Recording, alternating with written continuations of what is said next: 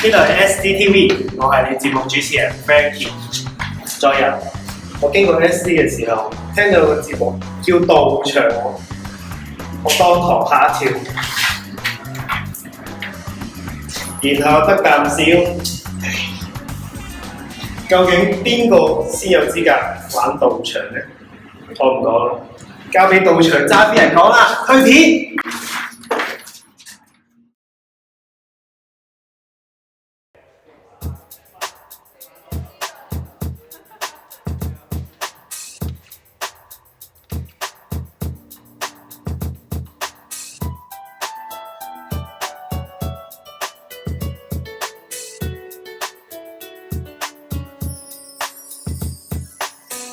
Hi， 你好，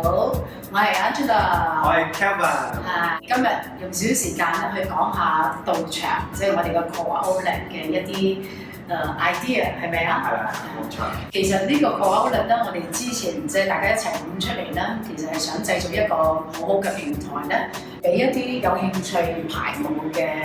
舞者啦，去實驗自己一個諗法。咁未必一定要好一啲好資深嘅人先可以排舞，其實有啲年輕嘅舞者咧，其實佢哋都有好多嘅諗法嘅喎。例如你對音樂上嘅一啲 idea，例如你自己喺個生活上面對於一啲想法，而我哋呢個平台咧就啱啱正好俾佢哋又將呢個諗法咧去揾佢自己身邊嘅一啲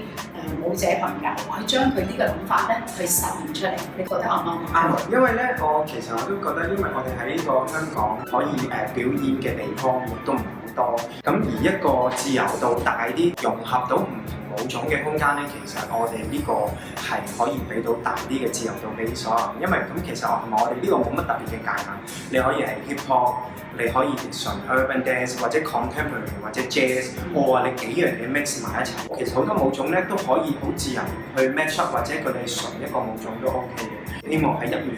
可以令到每一個有興趣去編舞嘅人咧，佢可以有更多嘅explore， 因為你去做一個表演俾人哋睇嘅時候咧，其實我哋講緊一個係一個叫 total picture， 你可能燈光啊、音樂嘅運用啊、個氣氛啊，其實都要有一個好好嘅配合，先至可以達到一個比較好睇嘅位置。但係喺呢個過程入面，我諗可以俾到多啲大家個空間去開個嘗試，又再嘗試。其實我哋唔係好怕有啲咩失敗。我自己覺得咧，其實一個排舞咧係一個人生嘅經驗嚟嘅。每一段嘅時間咧，我哋有啲唔同嘅諗法，而我哋其實將自己嘅諗法，as 一個舞者啦，將呢個諗法咧擺咗喺我哋嘅 piece 裏邊去展現啦。大家就係一個溝通，而呢個溝通咧，到我哋睇一個成果嘅展現裏邊咧，其實我哋每一個人在座嘅觀眾咧，其實就望到晒我哋自己嘅一個思想諗法。所以每一個喺我個覺得，每一個 definition 呢次係究竟我要贏第一啦，定要贏第二？會有 advisor 嘅角色，其實最重要咧，只係俾一個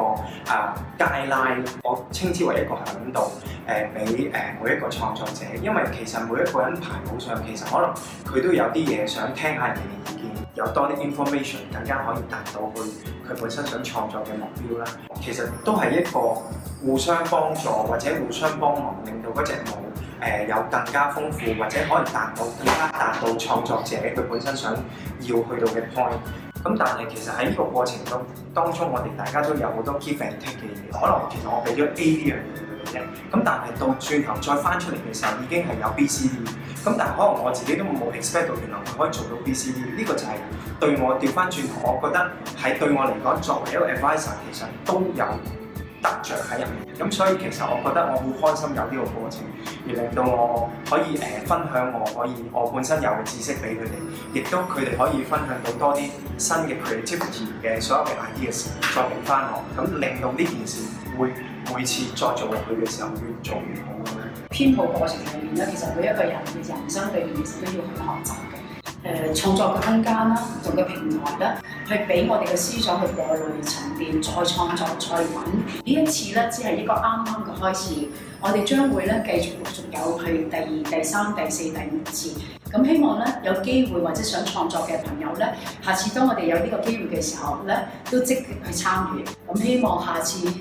我哋一齊會見到你哋嘅出現啦。今個星期日6月7號8點半，係啦，就喺九龍 SD， 記住係免費入場㗎，咁所以大家準時嚟。睇 show 啦，到時見你哋。拜拜。